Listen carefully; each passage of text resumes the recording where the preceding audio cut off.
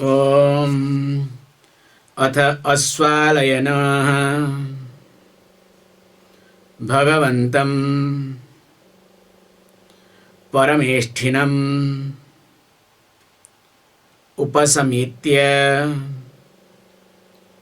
उवाच अधि भगवो ब्रह्मविद्यां वरिष्ठां सदा सद्भिः सेव्यमानां निगूढां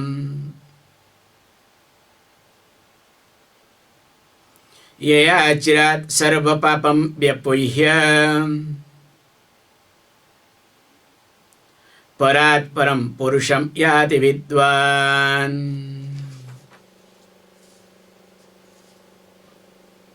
तस्मै स उवाच पितामहश्च श्रद्धा भक्ति ध्यान योगात् अवेहि।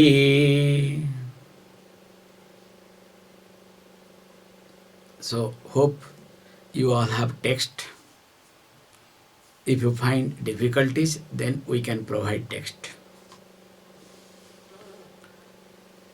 And as we have been discussing this Upanishad, the discussion between Rishi Aswalayana and Brahmaji. So in the last class we saw that Brahmaji highlighted three aspects. So for a sadhaka, for a seeker of truth, Shraddha, Bhakti and Dhyana must be there. Only the person will be available. Because without these three, the Shravana, Mananam and Nitidhyasanam will be little complicated. Now let us chant verse number 3. Na karmana na prajaya dhanena त्यागे नैके अमृतत्वमानशुः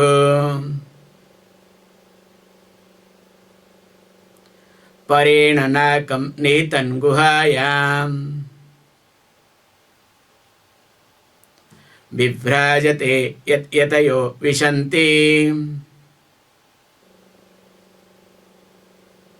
So we'll take one verse at a time. As we have been discussing, that this verse is very popular, especially when you receive, welcome a sannyasi with a Purna Kumbha, we chant this mantra. And of course, when you look at this mantra, anyone will, think 10 times what is happening, what is not happening. Because this mantra highlights that as though to get liberated, you have to be a yati. That's why yatayaha a sannyasi ityartha. So, question may arise, what is this? Then what about other people? Actually, yes, Shastra highlights, no doubt in it. So you need to understand that there are sadhanas called direct and there are also sadhanas that is called indirect, auxiliary. So principal sadhanas and auxiliary sadhanas. Brahmaji highlights in verse number 2, Shraddha, Bhakti and Dhyanam, they are pradhana sadhanas. Whereas this yati rupam, yati dharmam, all are secondary sadhana. Why and how? Let us look at. Because the main policy or the principle is what? The person must convert one's own self from karma yogi to jnana yogi.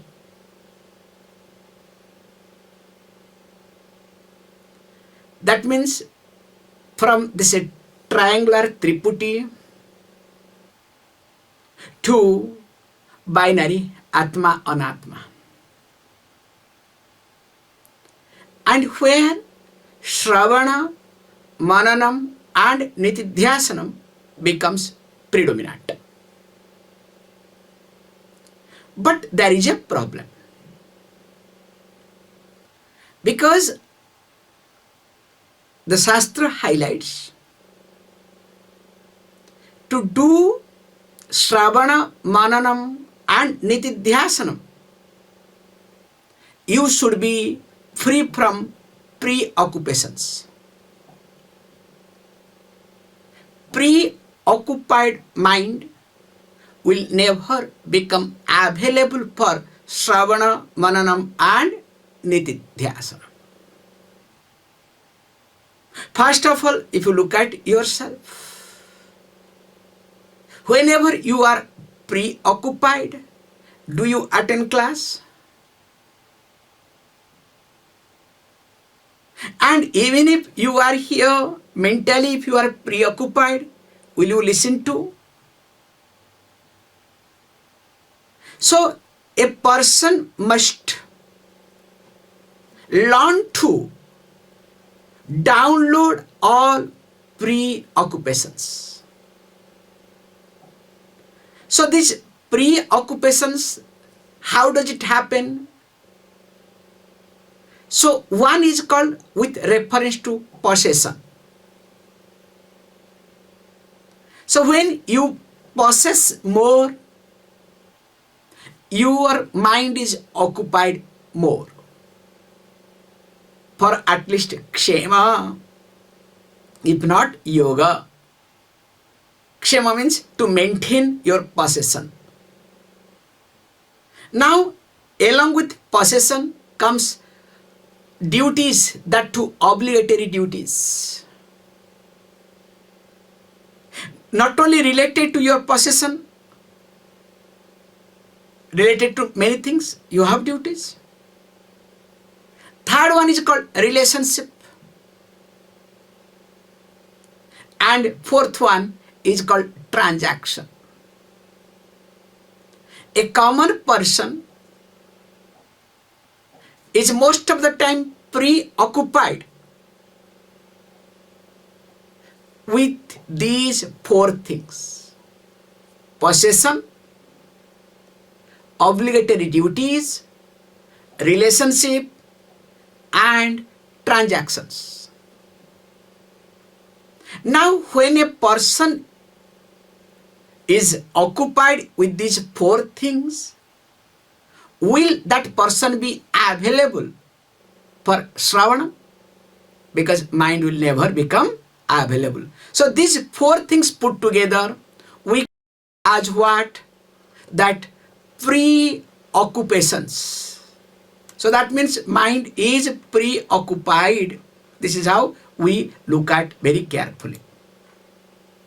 Now, with that preoccupied mind, a person cannot do anything.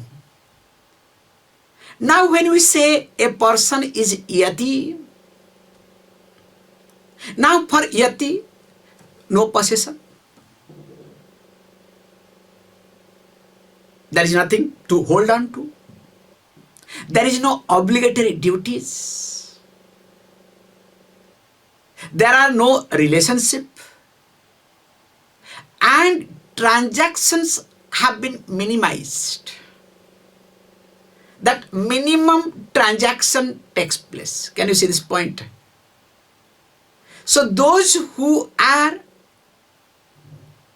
working on these three, removing and lowering down or bringing down transactions, they are called yatis, sannyasis ityartha.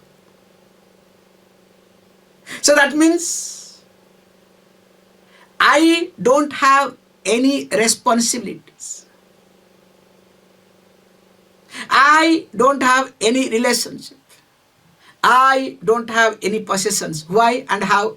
Lot of background is there, okay? And the minimum transaction I do. And there is a constant effort, because automatically it will come. Why and how we'll see as it demands. So those yatayas, he says beautifully, Vishanti. So this sannyasinis, this yatis, Vishanti means attain. So attain in one's own self. They actually understand, they know. There you can say realize, not any other people. And what they attain? He says, look, that which is nihitam guhayam. It is not outside world, that is residing within one's own self. In Kathoparishad, we have a lot of discussion regarding this. And also which is parena nakamit. So parena nakam, parena means beyond, nakam. The word nakam is a beautiful word. Generally we translate nakam means heaven. But how we derive it? Kam means pleasure. Akam means pain, opposite of pleasure. Not pleasure means pain. So kam means pleasure. Akam means pain. Now nakam means, na akam means where there is no pain at all. So the other name is called heaven. Can you see this, how beautiful it's being presented? So that means here it is called parena nakam. It is beyond heaven, means all the time happiness. And interestingly, which signs not external world, within. That's why we say, look, the Vaikuntha is not external world. The Kailasa is not in the external world. Vishnu is in me, Shiva is in me. Now, remember how this can happen. So here it highlights, look, first thing he says, look, that na karmana amrutatvam anasuh iti. So by any karma, or you can say ritual, cannot give me jnanam or moksha. Yes, jnanam to take place, I need chitta suddhi. For chitta suddhi, I need karma. So karma or any ritual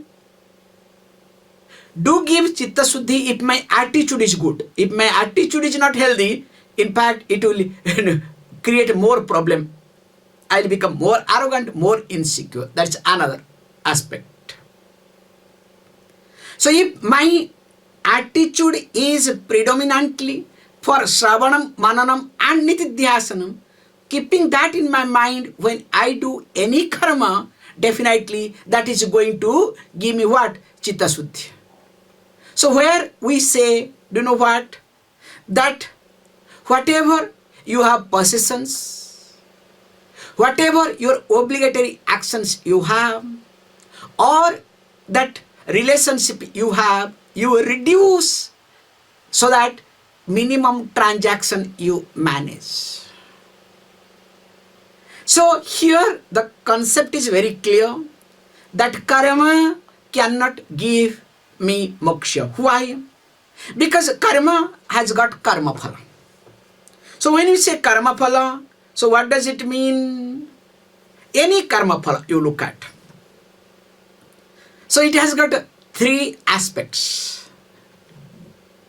So the first aspect is, it is called dukha misritam.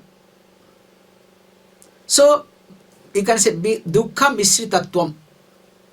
So it has got a problem. The problem is that it is mixed with dukkham, pain, sorrow. No karma phala is completely free from sorrow. Even if going to heaven, becoming Indra also, okay? Or somebody is doing meditation, maybe going to take away my Indra pada. So there is some fear, there is some pain, some dukkham. So first one is called dukkha misritatvam.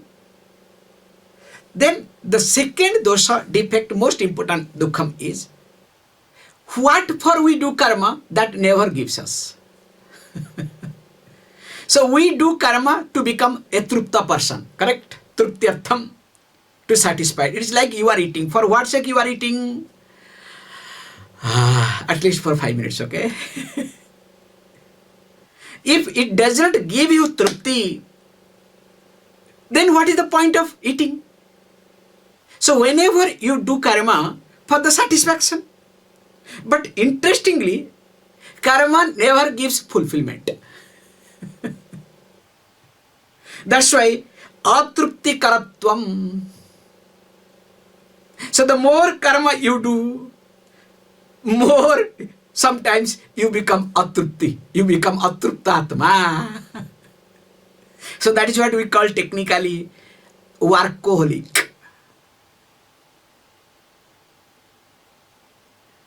And third one is called most important and of course dangerous, third defect.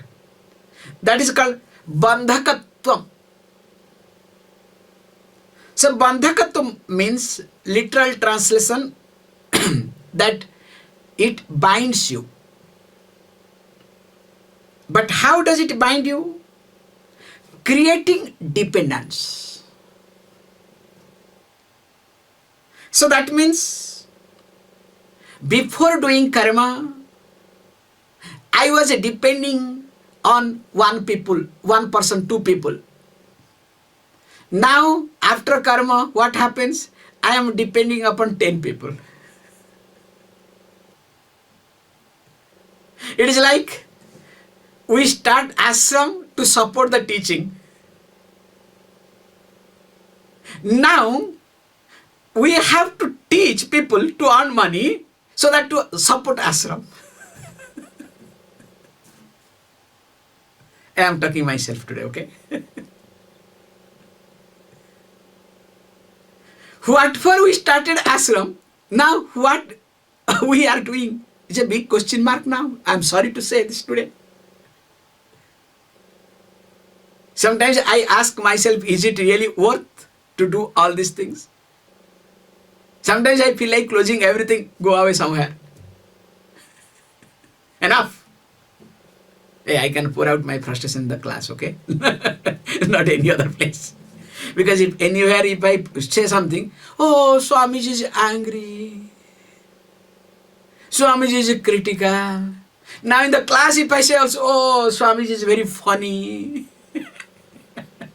Now tell me what should I do? I remember with a little joke, one child comes and says, look, I want to cry.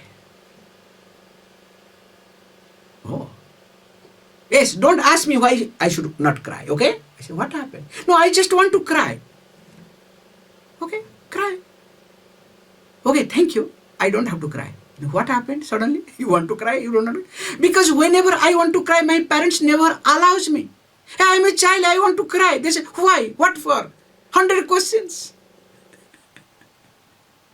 Now tell me what to do. Now same thing also.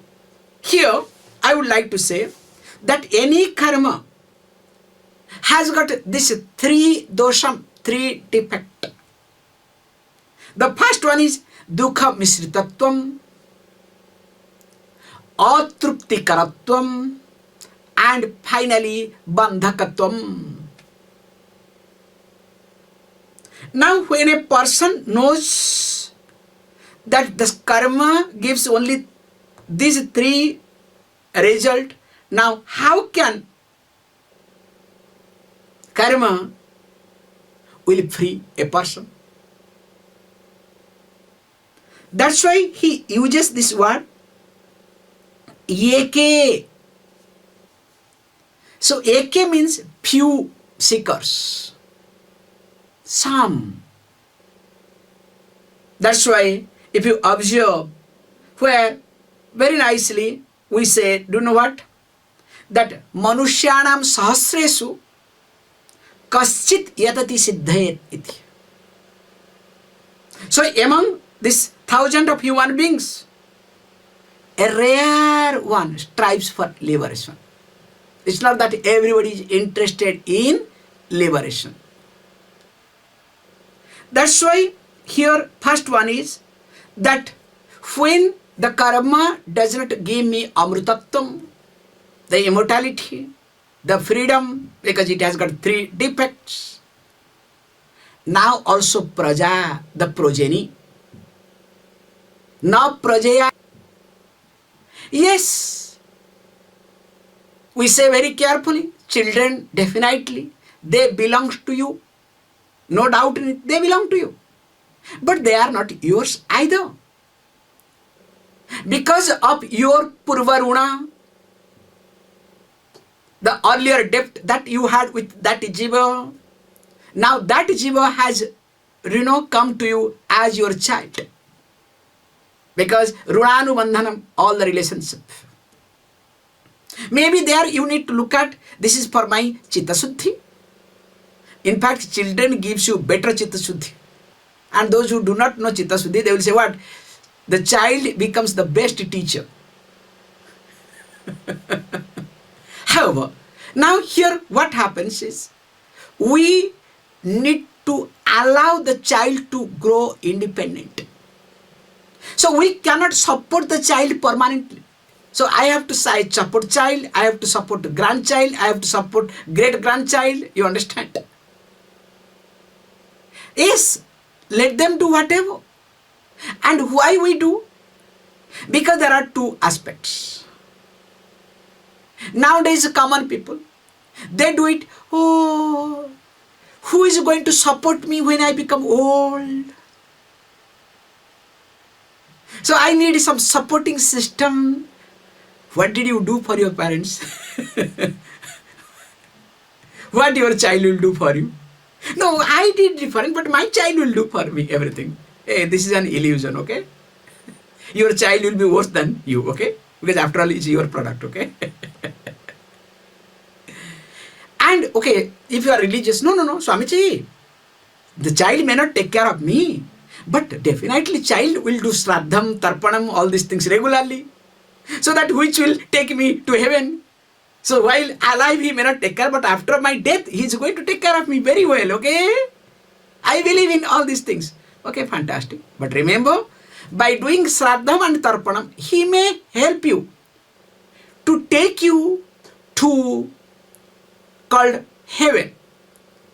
And of course, that's why Putra, Pumnama, Narka, he may not allow you to go to the even Narka, hell. Because of Shraddha, Trapana and other things. But remember, going to heaven is not a solution. You are not looking for that. Kshine punya martelokam vishanti. When the punya will be exhausted, again you will be brought back.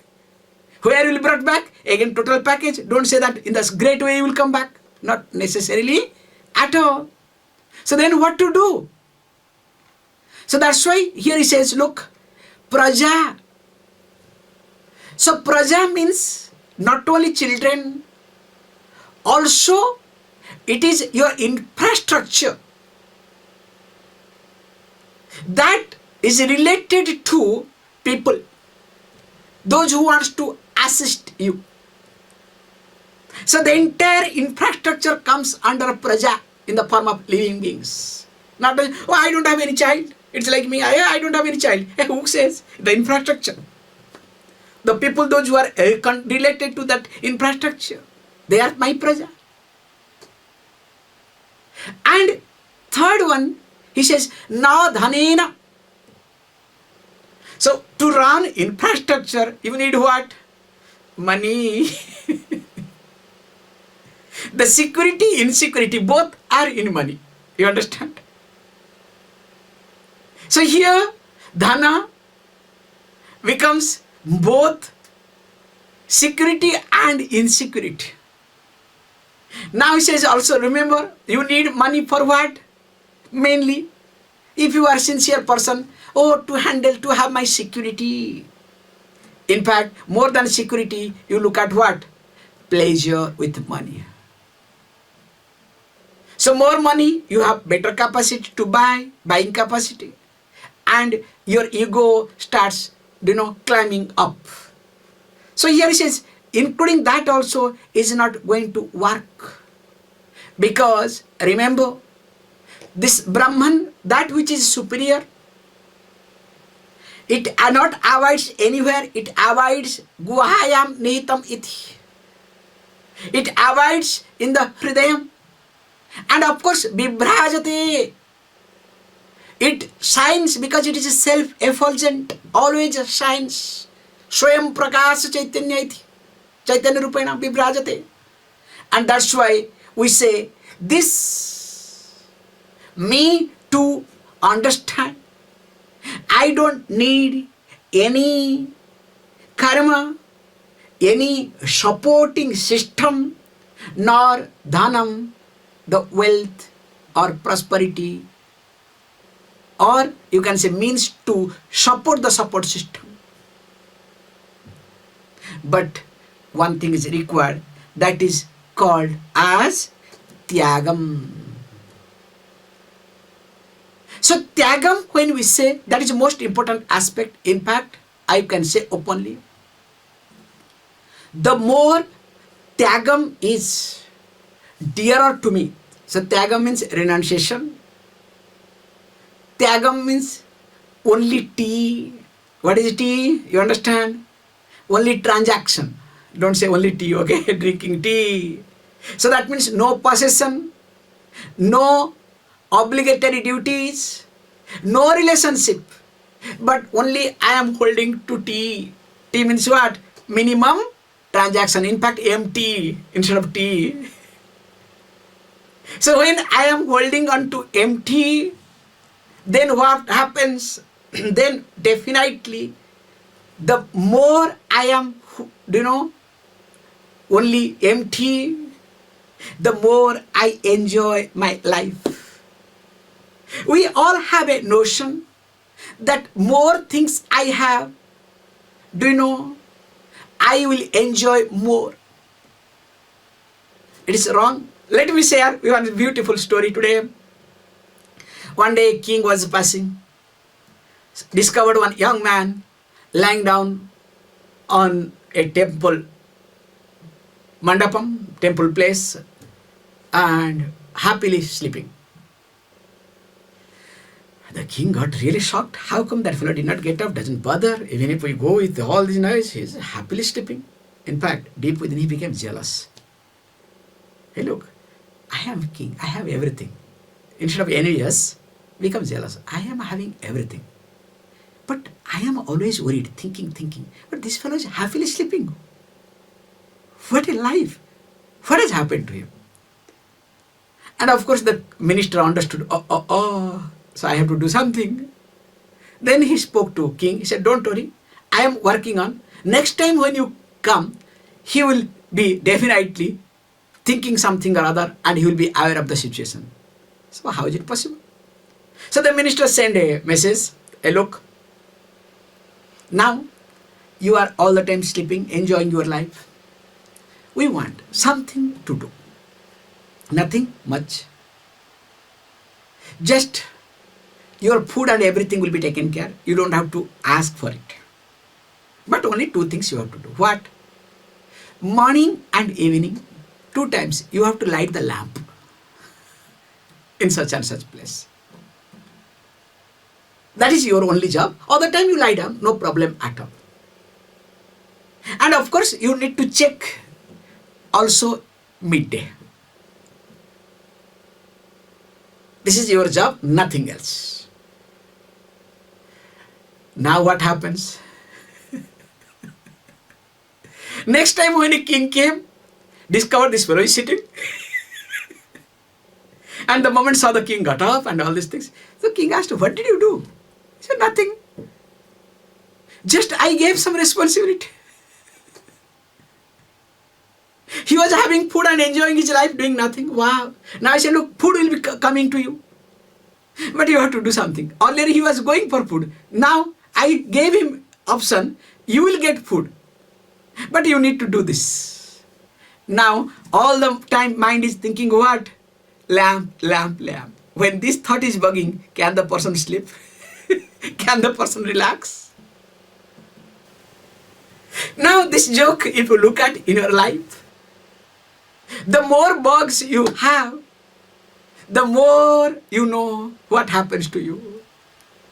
So that's why we say very carefully that this tyagam means allowing things to be in their place.